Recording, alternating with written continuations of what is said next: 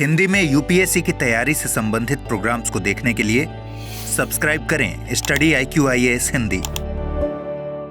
प्रकृति का एक बहुत ही शानदार तोहफा है इस मानव समाज के लिए। इनको हम महिला या स्त्री के नाम से जानते हैं।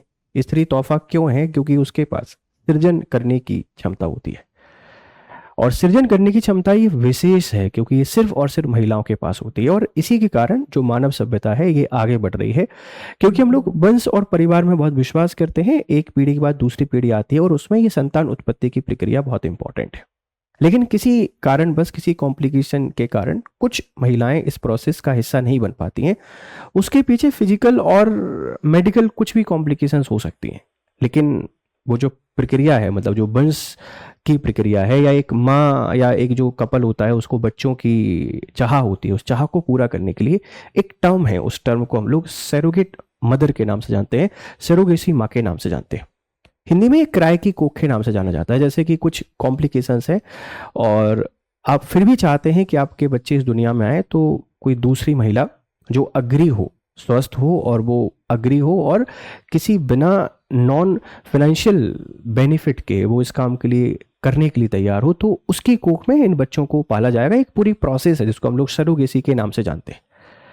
अब ये जो प्रक्रिया है, प्रक्रिया इस तरीके से इंट्रोड्यूस हुई कि एक सिंपैथी और लोगों की हेल्प करने के लिए, क्योंकि एक बहुत बड़ा पल माना जाता है एक कपल के जीवन में पेरेंट बनने का। उस अनुभव को एक्सपीरियंस करने के लिए इस व्यवस्था को ठीक माना गया।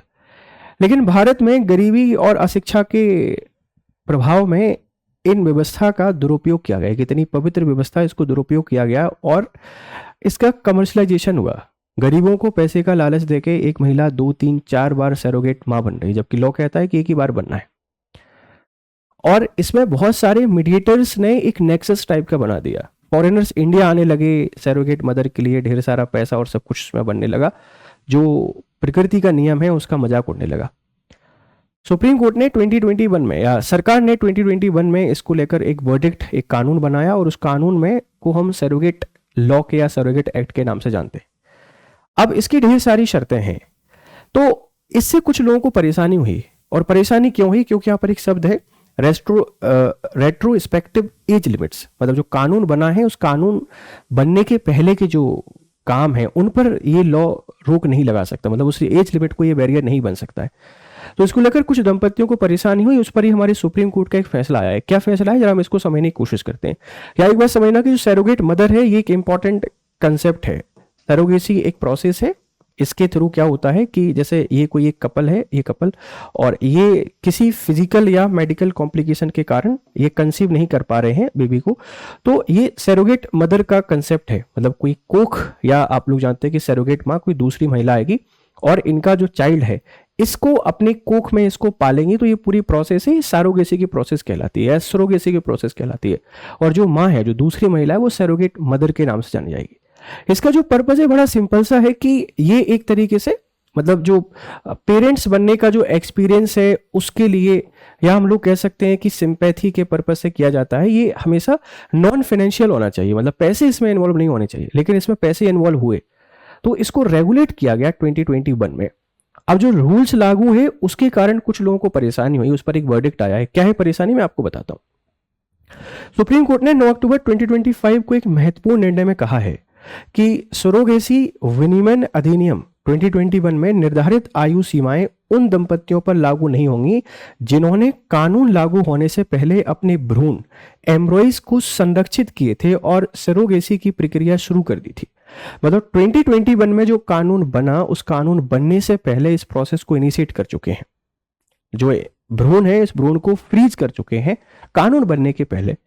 उन पर ये प्रोसेस लागू नहीं होगी, मतलब ये लॉ लागू नहीं होगा। ये एक इंपॉर्टेंट वर्डिक्ट है। यह निर्णय न्यायमूर्ति वीवी नागरत्ना और न्यायमूर्ति केवी विश्वनाथन की पीठ ने दिया है। तो ये न्यायमूर्तियों के नाम याद रखना, कभी कभार ये भी आ जाते हैं कि किस पीठ ने या किस बेंच ने यह फैसला दिया है। 3 दंपतियों ने याचिका दायर की थी कि जिनके भ्रूण कानून लागू होने से पहले ही बनाए और फ्रीज किए जा चुके थे, मतलब उन भ्रूण को बनाया गया था, फ्रीज किया जा चुका था, उनको अब एक कोख, किराए की कोख की नीड थी, पर जैसे ही उन्होंने पेपर डाले वो पेपर एप्लीकेशन उनको कैंसिल कर दिया गया। यहीं से इस विवाद की शुरुआत होती है। तो उन्होंने बोला कि जो पहले से प्रोसेस शुरू हो चुकी है, अब उस पर किसी भी तरीके के ये लॉज एप्लीकेबल नहीं होंगे। और ये कानून का नियम भी है भाई। जब कानून बनेगा उसके पहले जो भी एक्टिविटी की गई है उस पर थोड़ी लागू किया जाएगा। ये तो एक बेसिक परिभाषा है कानून की, राइट। तो इंपॉर्टेंट वर्डिक्ट आप लोग ध्यान रखना। मसला क्या है, 3 दंपतियों ने सुप्रीम कोर्ट में याचिका दायर की कि जिनकी सरोगेसी प्रक्रिया कानून लागू होने से पहले शुरू हो चुकी थी, परंतु नए कानून में की उम्र सीमा लागू होने के कारण उनके आवेदन रद्द कर दिए गए। न्यू जो लॉज बना उसमें एज जो लिमिट है, इस एज लिमिट को इन्होंने प्रभावी बना दिया। उन्होंने कहा है कि कानून को पिछली तारीख से रेट्रोस्पेक्टिव लागू नहीं किया जा सकता। मतलब कानून लागू करिए पर उन लोगों पर लागू मत करिए जो पहले इस प्रोसेस का हिस्सा बन चुके हैं। आप इसको 5 साल पहले से लागू कर दें तो 5 साल में जितने भी सरोगेट जो मदर बनी है, क्या उनको आप इलीगल कर देंगे? नहीं कर सकते। कानून बनने के बाद अगर कुछ हो रहा है तो वो इलीगल है, उसके पहले कुछ भी इलीगल नहीं है, ठीक। क्योंकि इसमें उनकी प्रजनन स्वतंत्रता, रिप्रोडक्टिव ऑटोनॉमी और निजता के अधिकार, राइट टू प्राइवेसी का उल्लंघन है। तो यहां डायरेक्टली आर्टिकल 21 आ जाता है। जो आर्टिकल 21 है, अब ये आर्टिकल 21 आ गया। ये कह रहा है कि रिप्रोडक्टिव जो ऑटोनॉमी है इसका वॉल्यूशन हो रहा है और राइट टू प्राइवेसी का वॉल्यूशन हो रहा है। कोर्ट कहता है कि ये किस बच्चे को जन्म देना है, कब देना है, कैसे देना है, ये एक मां का स्वतंत्र अधिकार है, वो ले सकती हैं और राइट टू लाइफ के अंतर्गत आती हैं आर्टिकल 21 के अंतर्गत। हालांकि सरोगेसी एक्ट बनने के बाद कोई महिला जो एज लिमिट का फॉलो नहीं कर रही है, पालन नहीं कर रही है और जो नियम और शर्तों का पालन नहीं कर रही है, वहां पर रिप्रोडक्टिव ऑटोनॉमी नहीं आएगी। क्योंकि अगर आप कमर्शियल फायदे के लिए कर रहे हैं, फाइनेंस के लिए काम कर रहे हैं, फिर तो लॉज का वायलेशन है, तो वहां रिप्रोडक्टिव ऑटोनॉमी नहीं आएगी। लेकिन इसमें रिप्रोडक्टिव ऑटोनॉमी है क्योंकि कानून बनने से पहले वो अग्री थे सरोगेसी या सरोगेट मदर बनने के लिए। अब आप उसमें बैरियर नहीं लगा सकते और ये राइट टू प्राइवेसी का उल्लंघन भी हो रहा है। आप उनको रोक नहीं सकते कि आप नहीं बन सकते। हाँ, कानून बनने के बाद आप रोक सकते हैं क्योंकि कानून का उल्लंघन कभी भी नहीं होना चाहिए, ध्यान रखिएगा, राइट। तो ये 3 जो कपल्स थे उनका ये मसला था। बैकग्राउंड क्या है, भारत में सरोगेसी का अर्थ है जब कोई महिला किसी अन्य दंपत्ति या व्यक्ति के लिए गर्भ धारण करती है और बच्चे को जन्म देती है। इस प्रक्रिया को नियंत्रित करने के लिए भारत सरकार ने सरोगेसी रेगुलेशन एक्ट 2021 लागू किया था। इस कानून का उद्देश्य व्यावसायिक सरोगेसी, कमर्शियल सरोगेसी पर रोक लगाना और केवल निस्वार्थ परामर्श आधारित जो सरोगेसी है इसको परमिट करना था। हमने आपको पहले ही बताया कि सरोगेसी को एक मॉनेटरी बेनिफिट के लिए यूज किया जाने लगा था, जो कि सही नहीं था। एक महिला का स्वास्थ्य बहुत इंपॉर्टेंट है, आप उसके साथ ऐसे खिलवाड़ नहीं कर सकते। माँ बनने की प्रोसेस और माँ बनना बहुत मुश्किल टास्क है। मतलब देखने में बड़ा आसान लगता है कि क्या हुआ है, लेकिन वो तकलीफ, वो दर्द, वो हर कोई नहीं सहन कर सकता, ऐसा कहते हैं। प्रकृति ने कुछ विशेष शक्तियों के साथ जनन करने की जो क्षमता दी है महिलाओं को, इसीलिए इतनी कॉम्प्लिकेशन वो झेल सकती हैं, हम लोग नहीं झेल सकते, ध्यान रखना।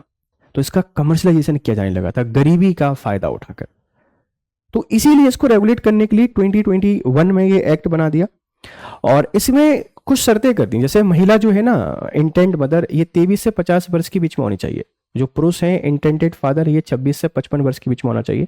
केवल भारतीय नागरिकों को अनुमति, 2021 में सिर्फ इंडियन सिटीजन को अनुमति यहाँ पर दी थी। एज क्राइटेरिया 23 से 50 वर्ष, इससे कम इससे ज्यादा के नहीं, और पुरुष भी 26 से 55, इससे कम इससे ज्यादा के नहीं। अगर इससे कम ज्यादा कर रहे हैं तो लॉज का वायलेशन हो रहा है।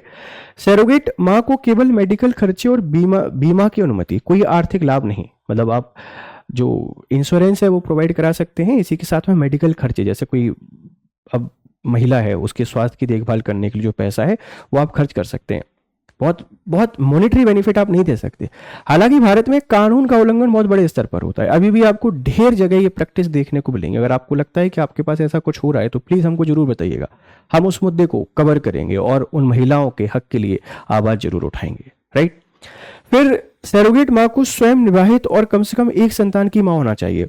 मतलब 2021 में लॉ बनने से पहले दिक्कत ये आ रही थी कि अनमैरिड लड़कियां भी जो गरीब फैमिली से आती थी वो सरोगेट माँ के कंसेप्ट पर काम कर रही थी पैसा बनाने के लिए।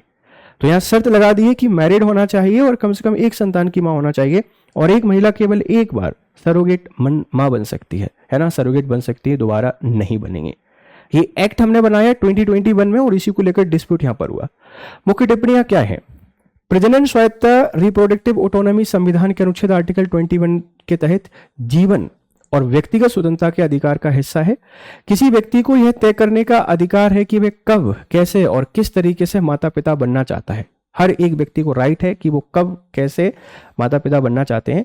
जो दंपतियां पहले से सरोगेसी की प्रक्रिया में थे, उनके लिए नए आयु मानदंड लागू नहीं किए जा सकते। सरकार को चाहिए कि वे ऐसे मामलों में मानवीय दृष्टिकोण, ह्यूमैनिटेरियन व्यू अपनाएं। मतलब जो सरोगेसी जैसे मामले हैं, इनमें मानवीय दृष्टिकोण को हमको प्रभावी बनाना पड़ेगा। ये सुप्रीम कोर्ट की टिप्पणी और बहुत इंपॉर्टेंट है, राइट, ध्यान रखिएगा। महत्व क्या है? यह निर्णय महिलाओं और दंपतियों के प्रजनन अधिकारों की सुरक्षा की दिशा में बड़ा कदम होगा। आप इसकी सिग्निफिकेंस को समझना चाहें, यह बताता है कि कानून बनाते समय निजता और व्यक्तिगत स्वतंत्रता के मूल सिद्धांतों का सम्मान आवश्यक है। कानून आप बनाइए, लेकिन निजता के अधिकार की रक्षा करना बहुत जरूरी है। कोर्ट ने पुनः स्पष्ट किया है कि राज्य प्रजनन विकल्पों पर अनुचित नियंत्रण नहीं रख सकता। नियंत्रण रखिए, इलीगल जो सरोगेसी हो रही है उस पर नियंत्रण रखिए, लेकिन कानून के दायरे में जो हो रहा है आप उस पर नियंत्रण नहीं रख सकते। आप कभी अपने आप को हमेशा सुप्रीम नहीं बना सकते, इस बात को ध्यान रखिएगा। तो आर्टिकल 21 के अंदर का ये मसला था। हम आपसे बात करते हैं आर्टिकल 21 जो है ये राइट टू लाइफ से संबंधित है, इस बात को ध्यान रखना। Article 21 right to life with personal liberty है।